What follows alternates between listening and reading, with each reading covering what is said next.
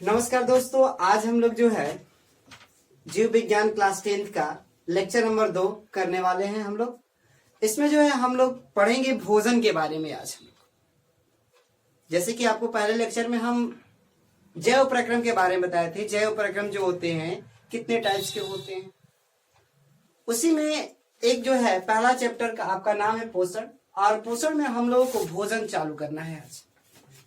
तो हम लोग जो है भोजन के बारे में पढ़ेंगे। भोजन क्या होता है, आखिर हमारे जीवन में भोजन जरूरी क्यों है, और जब हम भोजन करते हैं तो हम भोजन से क्या क्या प्राप्त करते हैं, और साथ साथ हम लोग ये भी जानेंगे कि इससे अगर हम लोग शरीर आपका जो होता है, कभी कभी हम लोग भोजन करते हैं शरीर मोटा हो जाता है, पतला भी हो जाता है। कोई जने नहीं कहते हैं कि जो है हम 2 ही रोटी खाते हैं लेकिन बहुत मोटे हो जाते हैं। तो ये क्यों होते हैं, इसका कारण क्या है, और खूब खाते हैं और तभी भी वो पतले के पतले ही रहते हैं। तो इसका क्या कारण है, इस विषय पे इसमें हम लोग जानेंगे। ठीक है, तो चलिए हम लोग भोजन की चर्चा करते हैं। भोजन क्या है, तो देखिए भोजन वह पोषक पदार्थ जो जीवों को ऊर्जा प्रदान करे, जीवित रहने की विभिन्न क्रियाओं को संचालित करे, उससे हम लोग क्या करते हैं, भोजन करते हैं। तो भोजन जो होता है वह पोषक पदार्थ है जो हमें क्या करता है, ऊर्जा प्रदान करे। आप कुछ भी खाइए, ऊर्जा ही ना मिलता है आपको, और साथ साथ जीवित रहने की विभिन्न क्रियाओं को संचालित करे, वो क्या होता है, भोजन का। देखिए हम लोग जब भोजन करते हैं तो भोजन करने से हमें क्या क्या प्राप्त होता है। पहली बात, हमें भोजन करने से क्या प्राप्त होता है, ऊर्जा प्राप्त होता है। जब आपको भूख लगता है तो आप क्या ढूंढते हैं, भोजन, और जैसे ही भोजन कर लेते हैं आपके शरीर के अंदर पूरा एनर्जी भर जाता है, पूरा एनर्जी आ जाता है। कहते हैं कि अब काम हम कर लेंगे, जब तक भोजन नहीं किए रहते हैं तब तक क्या होता है, कहते हैं कि ना हम काम नहीं करेंगे, मन नहीं कर रहा है। मतलब कि ऊर्जा आपके अंदर नहीं होता है। जैसे ही भोजन कर लेते हैं ऊर्जा आपको प्राप्त हो जाता है। दूसरी बात, शरीर में आपकी उपापचयी क्रियाओं का नियमन होना चालू हो जाता है। अब एक बात समझ में आना चाहिए आपको, उपापचयी क्रियाएं क्या है। तो देखिए जैसे ये आपका क्या है, ये कोशिका है, ठीक है। अब इस कोशिका को जैसे ही हम भोजन किए, जैसे ही हम लोग क्या किए, भोजन किए, और भोजन पोषक पदार्थों के अंदर एंट्री किया। जब हम लोग सांस लेते हैं और सांस लेते हैं तो वहां से क्या मिला, O2। अब जैसे ही भोज्य पदार्थ और ऑक्सीजन के साथ मिला, यहां पे ये टूटा, और टूट कर माइटोकॉन्ड्रिया क्या किया, वो एनर्जी, और एनर्जी जो होता है फॉर्म किस रूप में होता है, तो एटीपी के रूप में होता है। और एटीपी का फुल फॉर्म क्या होता है, एडिनोसिन ट्राइफॉस्फेट होता है। अब ये एटीपी के फॉर्म में हुआ। अब पूरा अगर भोज्य पदार्थ, अगर जितना हम खाएं, जितना भोज्य पदार्थ आया, अगर वायु के उपस्थिति में पूरा भोज्य पदार्थ किस में बदल गया, ऊर्जा में बदल गया, और वो हमारे शरीर की विभिन्न क्रियाओं तक पहुंचा। अगर पूरा ऊर्जा में बदल गया तो इस पूरे प्रोसेस को ही हम लोग क्या करते हैं, उपापचयी क्रियाएं। यहां पे एक बात और ध्यान दीजिएगा कि अगर ये पूरा ऊर्जा में, जितना खाना खाएं आप, पूरा ऊर्जा में बदल गया, तो शरीर केवल क्या करेगा, आपके शरीर में जो जो क्रियाएं हैं आपके शरीर के अंदर की, वो क्रियाओं में खत्म कर देगा। कुछ जो है स्टोर नहीं कर पाएगा। जब आपका शरीर स्टोर नहीं करेगा तो आपका जो शरीर होगा ना, अगर आप पतले हैं तो पतले ही रह जाएंगे। लेकिन अगर आपके शरीर में, अगर मान लीजिए कि आप भोजन किए, भोजन का कुछ भाग जो है स्टोर हुआ, और कुछ भाग जो है वो ऊर्जा के रूप में कन्वर्ट करके आपके शरीर को चलाने के लिए रख दिया, और कुछ जो है स्टोर किया। अब ये भोजन स्टोर किया तो आपके शरीर की और सभी जो क्रियाएं होती है इस भोजन से चलती है। तो आप क्या होते हैं, खाना खाते हैं तो अब ये स्टोर, अब जिनके शरीर में सबसे ज्यादा स्टोर होता है वो क्या हो जाते हैं, मोटे हो जाते हैं। और जिनके शरीर में भोजन आया ऊर्जा के रूप में बदल गया तो पतले के पतले रह जाते हैं। जितना भी अगर भोजन किए, कितना भी भोजन करे, अगर उनका शरीर में मेटाबॉलिक प्रोसेस यानी उपापचयी क्रियाएं तेज है तो पतले के पतले रहेंगे। अगर उनकी शरीर में उपापचयी क्रियाएं अगर धीमी है तो क्या होंगे, उनका शरीर कम खाएंगे लेकिन मोटे ज्यादा, फैलते जाएंगे, पूरा फैलते जाएंगे। तो बात समझ में आई। अब देखिए साथ साथ क्या होता है कि रोगों से सुरक्षा प्रदान करता है। हम लोग जब भोजन करते हैं तो ये भोजन रोगों से क्या करता है, सुरक्षा प्रदान करता है। जब आप बीमार पड़ जाते हैं तो डॉक्टर क्या बताते हैं आपको कि फल खाइए, दूध पीजिए, अच्छा हरा साग सब्जी खाइए। तो उससे हमें क्या प्राप्त हुआ, भोजन करने से हमें रोगों से सुरक्षा प्राप्त हो जाता है।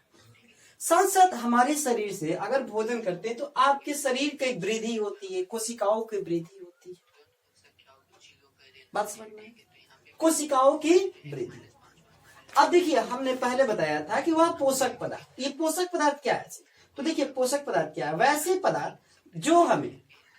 पदार्थ हमें ऊर्जा प्रदान करते हैं, शारीरिक वृद्धि को प्रेरित करते हैं, रोगों से सुरक्षा तथा हमें दैनिक कार्य के लिए सक्रिय बनाते हैं। उन्हें हम लोग क्या कहते हैं, पोषक पदार्थ कहा जाता है। यानी जो हमें ऊर्जा प्राप्त करे, रोगों से सुरक्षा प्रदान करे और तथा दैनिक कार्य के लिए सक्रिय हो, वो सब क्या है, दैनिक कार्य। जैसे हम लोग कोई भी काम करते हैं, जैसे खाना खा लेते हैं, हाँ चलिए भाई काम करने चलते हैं, तो वो सारी क्रियाएं जो होगी, सारे जितने भी हम पोषक तत्वों को लेते हैं वो सब क्या है, पोषक पदार्थ होते हैं।